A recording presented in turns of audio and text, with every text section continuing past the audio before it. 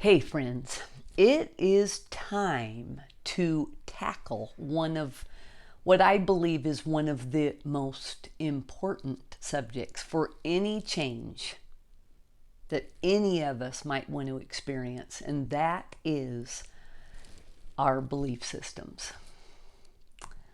I've given you some good information in your modules today, but I want to share more with you. I've had some of you under my teaching for years, and honestly, you still might not truly understand what a belief is and what it isn't, and how to recognize yours.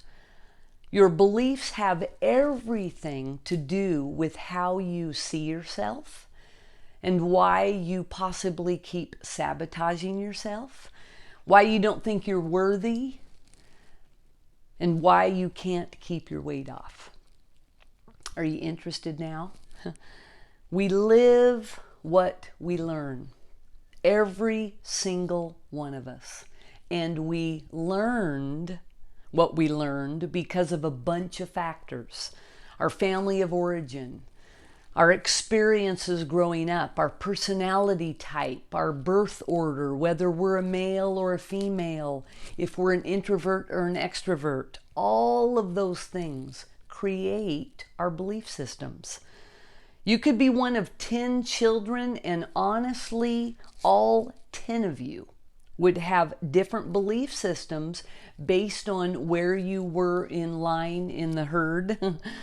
Who you are as a person, what you needed, what you got, what you didn't get, what was going on with your parents at the time, if you were in the middle or the end of the group, what was happening in life at the time, in the culture. All of those things make up our belief systems. Imagine right now the beliefs that are forming in the minds of young people today because of the unrest in our nation. Beliefs. We look at situations, events, we interpret what other people say and do according to our own set of past experiences, assumptions, and emotions. All of those things help us form our beliefs about ourselves, about others, and about the world in general. The meaning we tend to give to events, the way we make sense of our world, is primarily based on our core belief system. When I say we learned lessons in life, we don't have beliefs about most things because someone taught us. We have them because we lived. We experienced the surroundings. We came to understand things. We concluded lessons about life. All of those lessons became our belief systems. And then from our beliefs come our thoughts, our patterns of thinking. From our thinking comes our feelings, and then from there we take action. You know how it goes. Our beliefs dictate our thoughts, those dictate our feelings, and those dictate our actions. We can't and won't act against our belief systems for very long at all, if ever. It's just too uncomfortable. Why do we sabotage? Why do we quit right before we reach our goal? Why can't we hold on? Because we will always act out our belief systems. So what's the answer to permanent change? You got it. Changing your beliefs. And how in the heck do we do that? Well, we'll talk more about that on Thursday. But for now, we need to continue to look at what a belief is and what it isn't. By the time we all left our childhoods, we already had a set of beliefs. Can we go back and change our childhoods? No. But can we change the way we think about them? Can we redeem time? Can we see the redemptive perspective of all of our experiences? Can we create new neural pathways in our brains? Can we take a limiting belief and decide as an adult to heal it and change it? Absolutely. An overwhelming yes. If I didn't believe that, I wouldn't have a speck of hope for me or for you. The way our brains are wired and functioning is literally creating our reality. We can rewire our brains. We really, really can. So I'm going to talk more about how we change our beliefs on Thursday's video, but today I really want you to understand where your beliefs came from. I want to do my best today to give you a bunch of examples about why a belief system would have anything to do with weight loss and anything to do with your healthy living now as an adult. I'll start with an easy one. We'll talk about me. Let's say you were raised in a family of 8, and you were number 7 in that family. You had a brother on either side of you. You might believe, because of what you learned, that you don't have a voice, that you're better off agreeing with the crowd, that you don't have a choice. You learned that going along with others and what others want is better, and really it makes you feel more peaceful. So fast forward to adulthood. You're following your diet and you're feeling really great and you're eating healthy. But you have this set of beliefs from your upbringing that come into play. What happens when you have a strong husband and he says, I'm going to drop by tonight and pick up a pizza? What does that little girl say? Okay, sure. And by the way, there is a linkage between what holds you captive and what your story is. Let's say your dad's approval was just out of reach. He wasn't attuned to your emotions, and he always expected just a little bit more from you. Is it any wonder that that person idolizes financial security now, and they just can't quit working? They work all the time. They just don't know why. They actually sacrifice their health and their family's relationships to work. And they don't know why. They just can't change. Let's say you grew up in a house where things were out of control. You were the oldest child. Your parents fought. There was violence. You pretty much slept your whole life with one eye open to protect your siblings. You came to believe, or you learned, that you were going to need to be in control. You had to be in control of lots of things around you because so many things were out of control. So you controlled the things you could, including the stories people believed about you and the secrets you kept. I've included in your homework what you learned, what you came to believe if you grew up in a household with alcoholic parents. You learned, don't talk, don't trust, and don't feel. This is your belief system. So that's how you continue to live out your adult life. So you eat your feelings. You don't know how to trust your truth. And you surely don't trust others to help you. Things were always out of control, so you kept perfect control in some areas of your life. Perfectionism holds you captive, and you don't know why. You were abused growing up, emotionally, physically, or sexually. What would you have learned? What would you have come to believe about yourself? I'm not worthy of love. I don't deserve to be happy. I'm bad. Shame. And I'm bad is completely different than what happened to me is bad. Anytime any of us were made to feel inferior, a bad word from a teacher, neglect from parents, we grow up either walking out of a life out of feeling inferior, or we walk out a life where we're aggressive and we have controlling behavior to contradict our stories, or we have addiction issues, or all of the above. I couldn't help but think about a story from my past as I was preparing for you this week. I was in the 6th grade at Lincoln Elementary School. I was president of the student body and actually the best weekly popcorn salesperson the school had ever seen. One day I walked into the girls' restroom, and written on the bathroom wall in giant letters with a big black felt pen were these words: Letha Curry loves the devil. My heart was wounded that day. I was harmed by another person.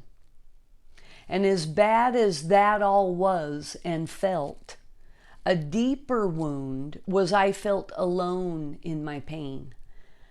I, at a young age, had already concluded, I had already come to believe that my parents weren't willing or wouldn't be able to talk to me about my pain or help me process it. Now, I knew my mom would have called the school and she would have made a fuss and she would have raised a ruckus and stood up for me. But she wouldn't have engaged with my heart. My parents wouldn't have talked to me about how to cope or how to process it. They wouldn't have held me or reassured me that actually Jesus made me for a sunbeam. My heart would not have been attended to. I just knew it, so I didn't tell him. We can grow up in homes where food finds the table. Money finds the college funds. Families even find the church on Sunday. But somehow our hearts remain undiscovered by the two people we most need to know us, our parents. My wounded heart was undiscovered by my parents. So I came to believe that I had to soothe that wounded heart and care for it in other ways. I also want to add here that I am a strong believer in redemptive perspective. I am who I am today because of everything I've experienced. I am who I am today because somebody wrote on the wall in those big, huge letters, and I remember seeing it and thinking, that's what you think. I'm going to show you who I love. Our belief system, good or bad, easy or hard, is made up of our experiences. And who is there then to help us process or not? Our wounds have profound influence on how we're living our current life, because our wounds are partially how our beliefs are created. If the deepest part of your heart never got the message that your parents delighted in you, the very sight of you, you carry a wound inside your heart. When our heart is wounded, we pick up the pieces, we mash them all together, and we start living in a way that assures us we will never be hurt like that again. And many times this way of living enslaves us for a lifetime. Our strategies of how we live today are not random. What holds us captive today is not random. So many of us have a set of beliefs that are working against us, holding us captive, making it difficult for us to accomplish change. The beliefs might sound something like this: I need to be perfect. I must keep control. I'll never be good enough. I'll show them how good I am. I'm not worthy to have a happy life. If they really knew me, they wouldn't love me. Food is love. Food is comfort. I need your approval to feel good about myself, or I need to control you to feel good about myself.